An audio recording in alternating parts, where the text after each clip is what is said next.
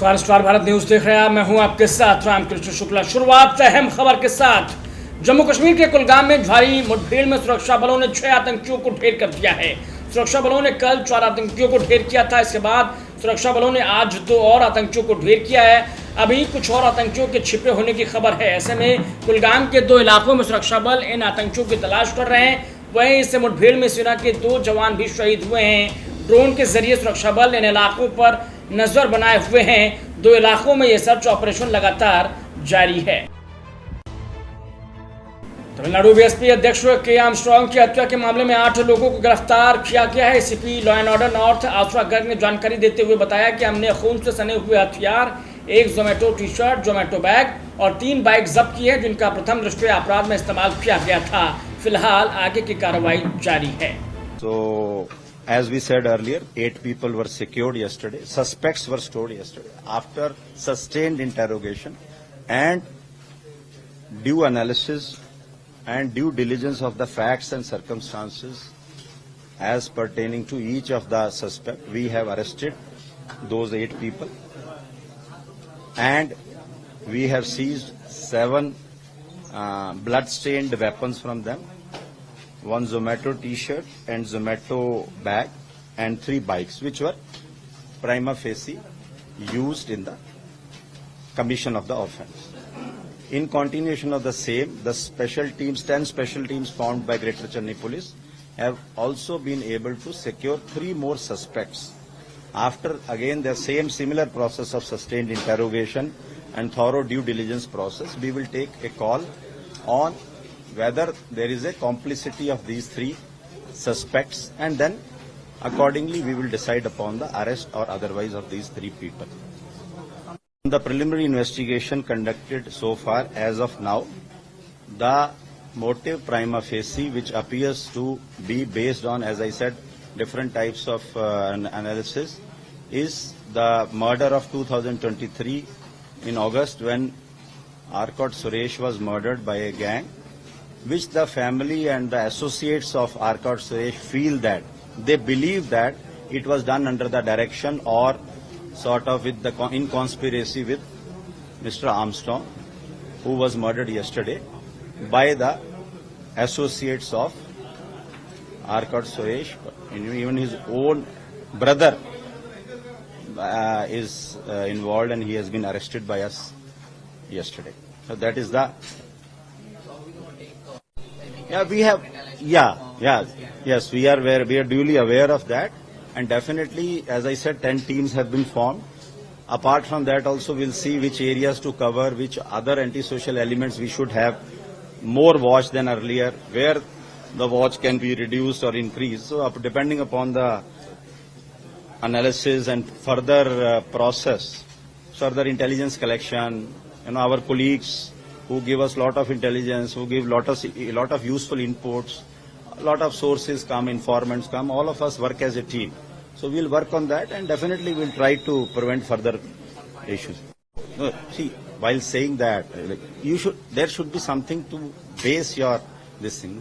There should be a base that, like you say something, now there is a base, you ask me a question. So I am replying, there has to be some evidence to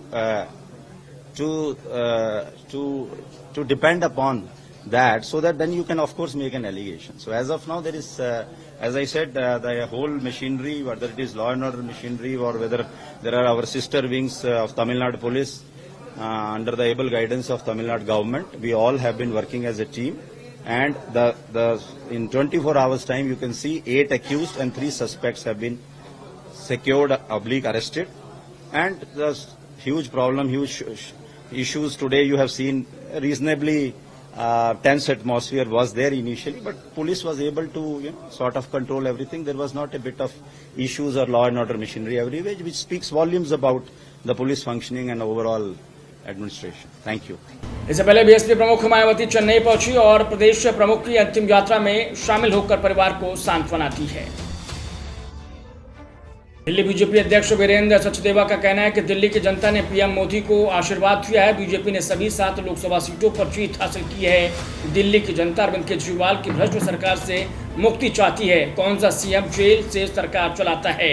BJP पिछले 26 सालों से दिल्ली में सत्ता में नहीं है, अब हम इस वनवास को खत्म करेंगे। के कार्यकर्ताओं में उत्साह है और दिल्ली की जनता ने भरपूर आशीर्वाद माननीय प्रधानमंत्री श्री नरेंद्र मोदी जी को दिया है। दिल्ली की 7 सीटों पर हमने विजय हासिल की है और उसी संकल्प को आज हम और सुनिश्चित करेंगे कि दिल्ली विधानसभा में भी एक बेहतर दिल्ली के लिए, एक स्वच्छ दिल्ली के लिए और दिल्ली वालों के लिए, दिल्ली वालों की सरकार बने। इस संकल्प के साथ आज ये कार्यकारिणी हो रही है और निस्संदेह दिल्ली की जनता इस भ्रष्टाचारी अरविंद केजरीवाल सरकार से निजात चाहती है, मुक्ति चाहती है। उसका संकल्प लेकर आज हम यहाँ से निकलेंगे। दिल्ली में कार्यकर्ता संगठन का विस्तार के साथ साथ कौन से मुद्दे होंगे जिस पे चर्चा करेंगे? देखिए, दिल्ली में 2 मुद्दे हैं। माननीय प्रधानमंत्री जी का जो काम है, जिसपे दिल्ली लोकसभा चुनावों में दिल्ली की जनता ने मोहर लगाई है, दिल्ली की जनता ने भरपूर आशीर्वाद दिया। अब अरविंद केजरीवाल का भ्रष्टाचार, आप बताइए ना, कौन सा मुख्यमंत्री जेल से सरकार चलाता है? पूरे प्रशासन को पंगु बनाने का काम कर दिया। आए दिन रोज भ्रष्टाचार हो रहे हैं, लगातार दिल्ली को लूटने का काम हो रहा है। एक एक बूंद के लिए दिल्ली तरसती है, 2 घंटे की बारिश में दिल्ली जाम हो जाती है। तो ये दिल्ली है क्या? इस दिल्ली को बेहतर दिल्ली बनाने की जरूरत है। 26 साल से यहाँ भारतीय जनता पार्टी का शासन नहीं है। इस वनवास को खत्म करेंगे। डबल इंजन की सरकार दिल्ली में होगी, केंद्र में नरेंद्र मोदी होंगे और दिल्ली में भारतीय जनता पार्टी का कार्यकर्ता जब दिल्ली को संभालेगा तो निस्संदेह दिल्ली बेहतर दिल्ली बनेगी। दिल्ली की, देश की राजधानी दिल्ली जैसी होनी चाहिए, वो विजन हमारे पास है। अगले 6 महीने में दिल्ली में भी चुनाव होने हैं विधानसभा, क्या उसकी तैयारी को लेकर? उसकी तैयारियों को लेकर भी चर्चा होगी और उस विजय के संकल्प को सिद्धि तक ले जाने का काम आज इस कार्यकारिणी की बैठक में आप होगा। अभी जहां प्रदर्शनी में घूम रहे थे, इस प्रदर्शनी में कार्यकर्ताओं का क्या संघर्ष रहा, सबको दिखाया गया? देखिए यहाँ प्रदर्शनी माननीय प्रधानमंत्री जी के जीवन काल की भी लगी है। उनका पूरा जो जीवन बचपन से लेकर माननीय प्रधानमंत्री बनने तक उनका पूरा जो संघर्ष है वो दिखाया गया है। उसी तरह से दिल्ली के कार्यकर्ताओं ने जो पिछले 15-16 महीनों में लगातार संघर्ष किया भ्रष्टाचारी सरकार के खिलाफ, उसकी हमने यहाँ प्रदर्शनी लगाई है, जिससे कार्यकर्ता भी उत्साहित हैं और उत्तेजित हैं कि हाँ, अब इस दिल्ली सरकार को हटाना है। भाजपा के राष्ट्रीय अध्यक्ष और केंद्रीय मंत्री जेपी नड्डा ने जम्मू कश्मीर में स्थानीय नेताओं के साथ मुलाकात की है और वहीं इस दौरान इस बैठक में प्रदेश अध्यक्ष रविंदर रैना, पार्टी के राष्ट्रीय महासचिव तरुण चुग मौजूद रहे।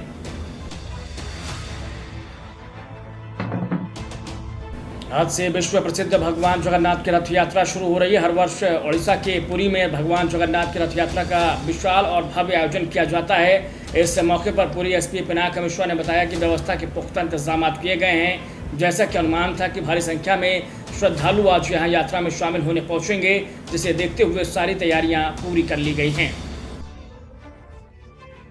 तो इस बुलेटिन में इतना ही, लेकिन बने रहिए स्टार भारत न्यूज के साथ।